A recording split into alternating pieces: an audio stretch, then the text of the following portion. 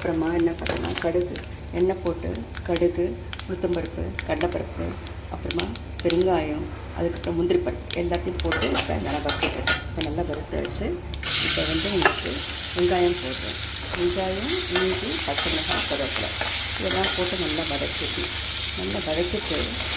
ஓரளவுக்கு வதங்க போதும். ரொம்ப தீஞ்சு போகணும் அப்படின்னா ஒன்றும் கிடையாது.